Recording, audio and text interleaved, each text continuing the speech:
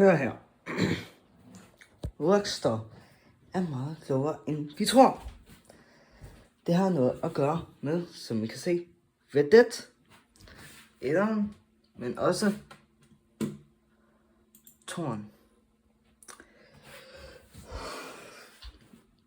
Det er lidt mærkeligt, fordi det er ikke mærkeligt, men det er overraskende, fordi i etteren 18. maj 2001 til Red Dead Redemption 1. Det handler om imellem. Lad os her.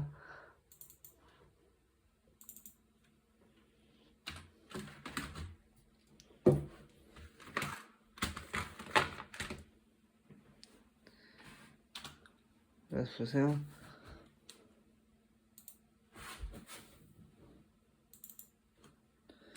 Nå. Så. Gå. Og jeg er lidt elendig, men det er også fordi, jeg har skrevet det her med en hånd.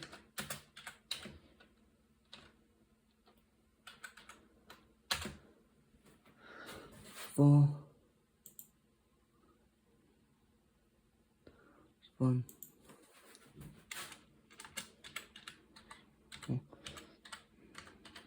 Nå, foregår. Er det her et? Det er ikke noget med fætter. Nå, går.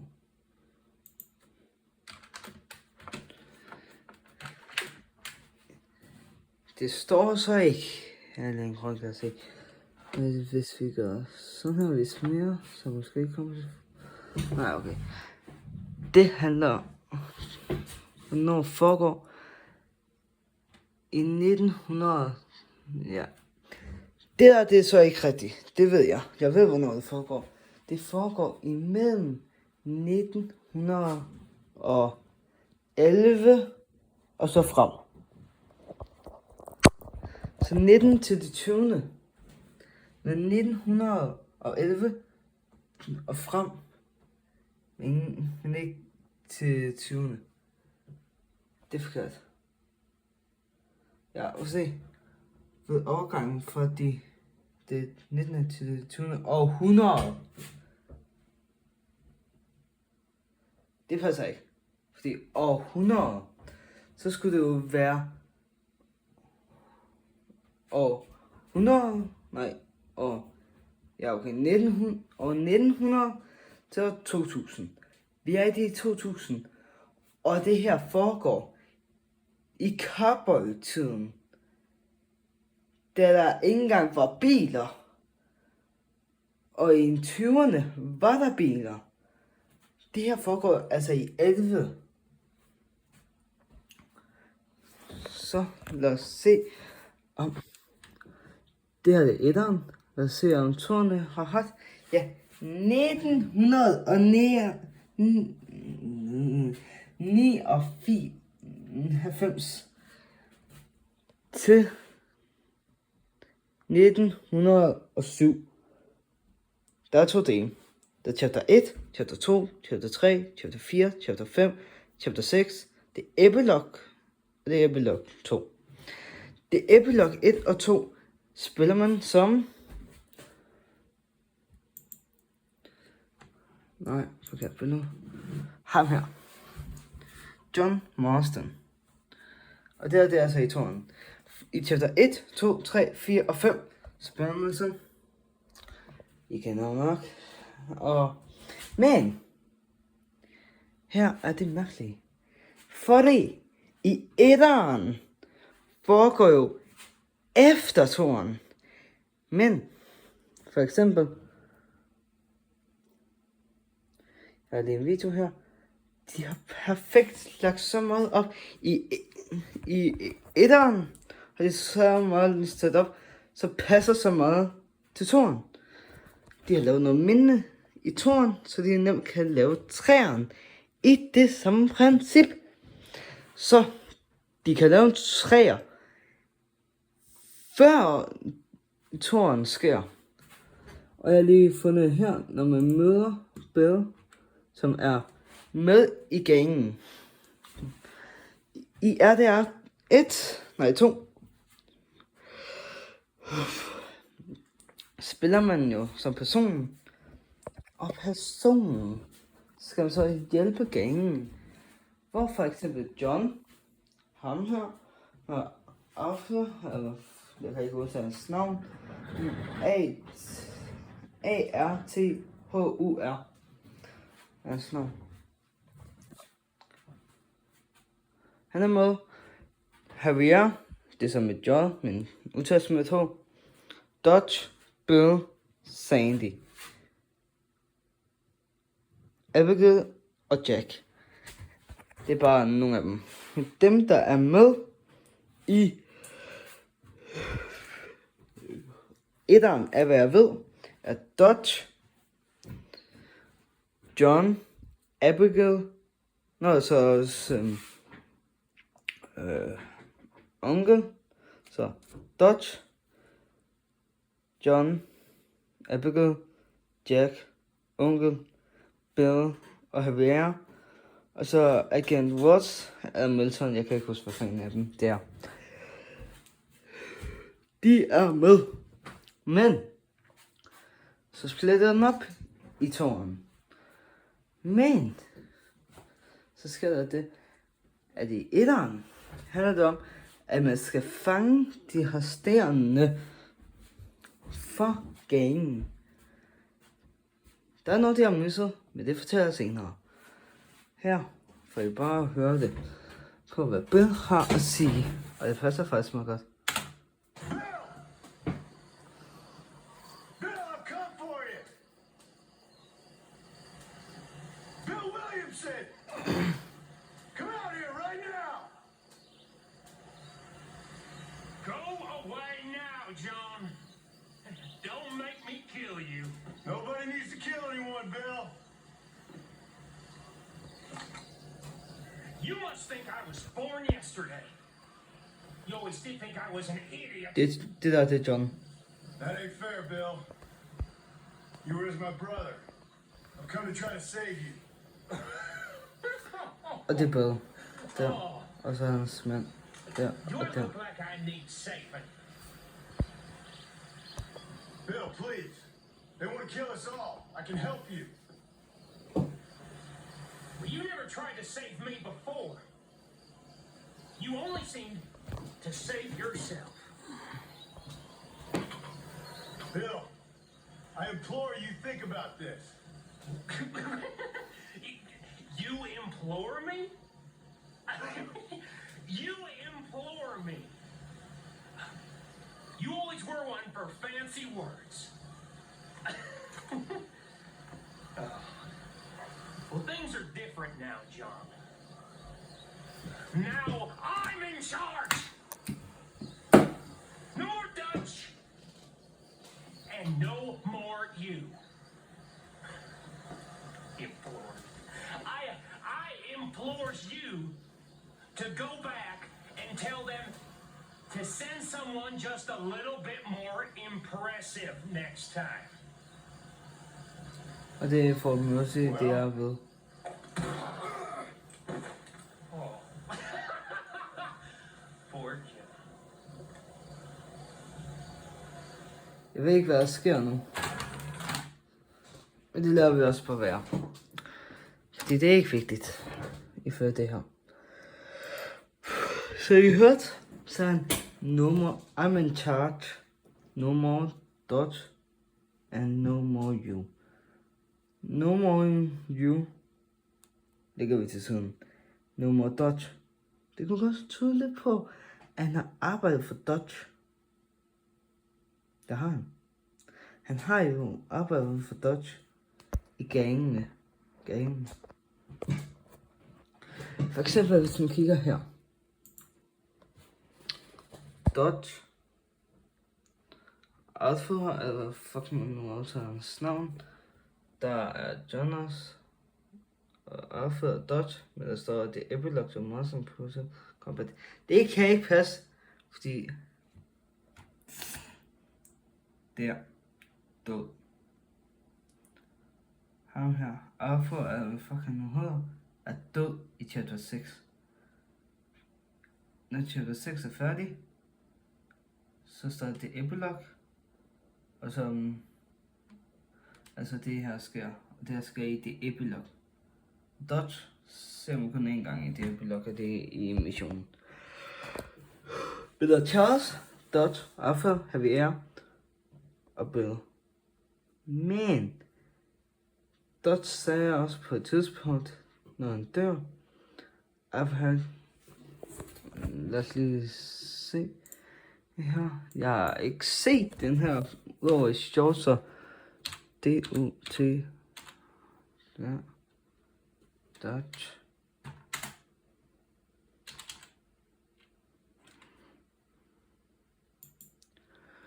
Sådan her.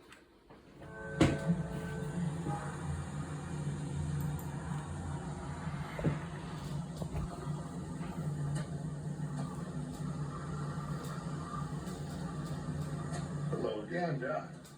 Hello, Dutch. We got Det er John, some meeting like og det er this. Dodge. Sure. I got a plan, John.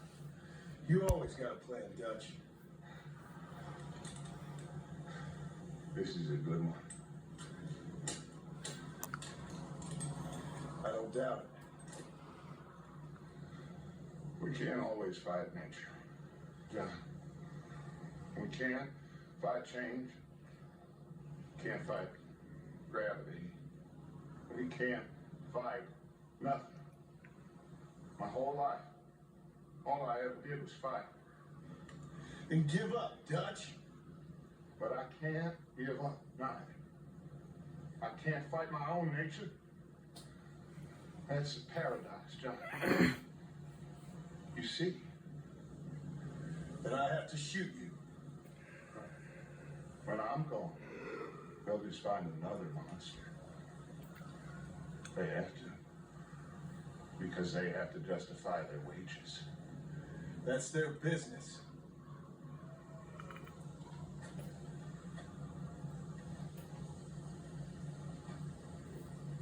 Our time has passed.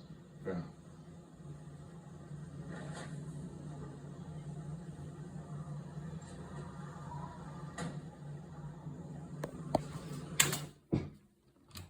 Det er bare lige den del.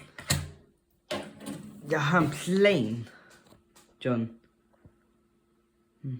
En god en, siger han. Det har han sagt før.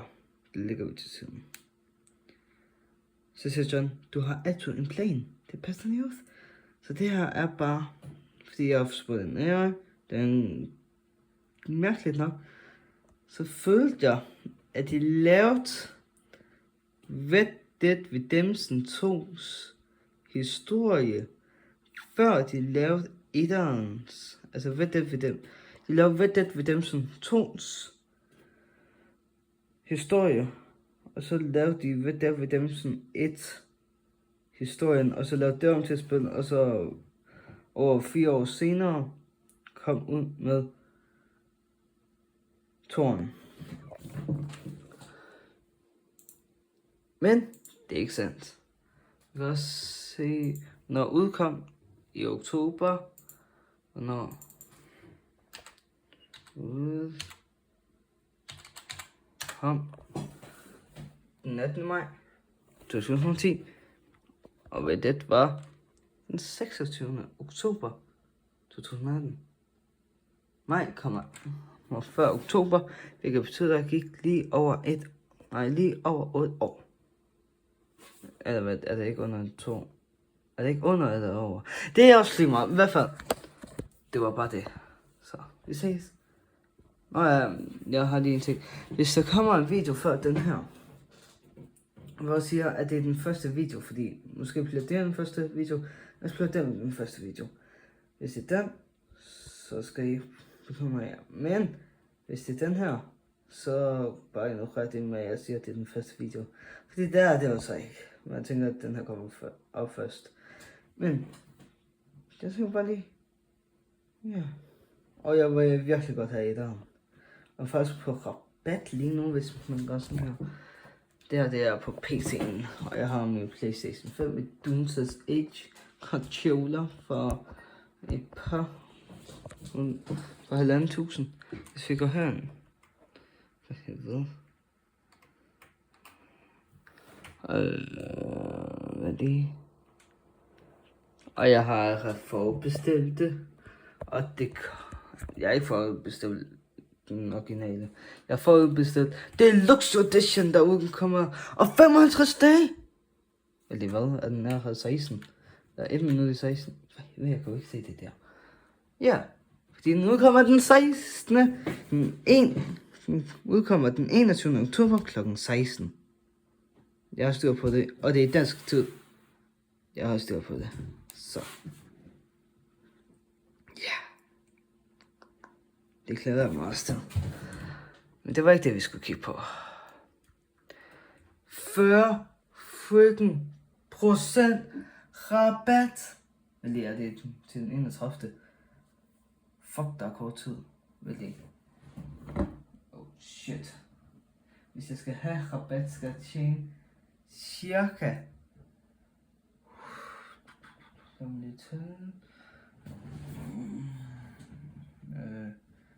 Jeg har ikke nogen lommeregner til på mig. Jeg skal i hvert fald tjene et par 100 kroner. Jeg skal tjene omkring 180 kroner. Jeg mener, jeg har abonnement, som jeg ikke har. Men jeg giver fucking godt at have det på at se traileren også. Se traileren. My name's John Marston. I'm here to bring 2 men to justice. Bill Williamson, Javier Esquivel. Se hvor fedt det ser ud. And we gotta stop meeting like this. What? Det ved jeg ikke. Jeg har hørt noget med Undead Nightmare. Jeg vidste bare ikke, hvad det var. Det var bare lige sådan 30 sekunder. Men altså, man kan også, altså, når man er fan til det her spils grafik, ikke her, så kan man nemlig vente sig til det. Det er, jeg har ikke engang en spil, der har så dårlig grafik.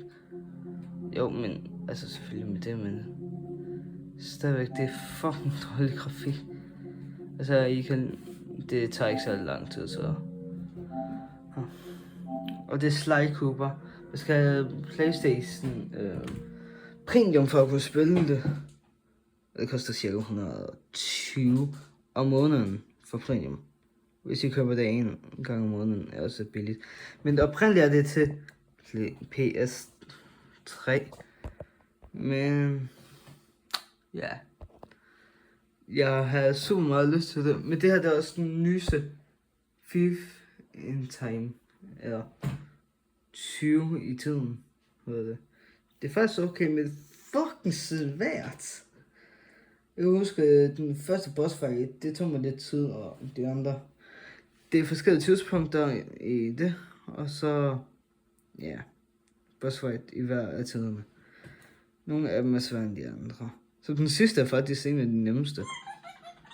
Ja. Hold da kæft, det lyser på skærmen på min telefon. Altså for mig laver den ikke det der rundt om. Lad os se. Det her, det er grafikken i det. Se.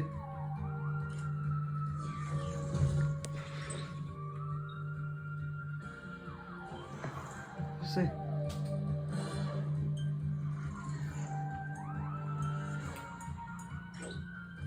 Se. Hvis man er til det her grafik, så ved det faktisk, altså ved det Redemption 1 faktisk temmelig godt. Altså, så i forhold for det her, så det er altså en del bedre her. Se. Men jeg vil godt have det så. Men det var det. Vi ses. Hej.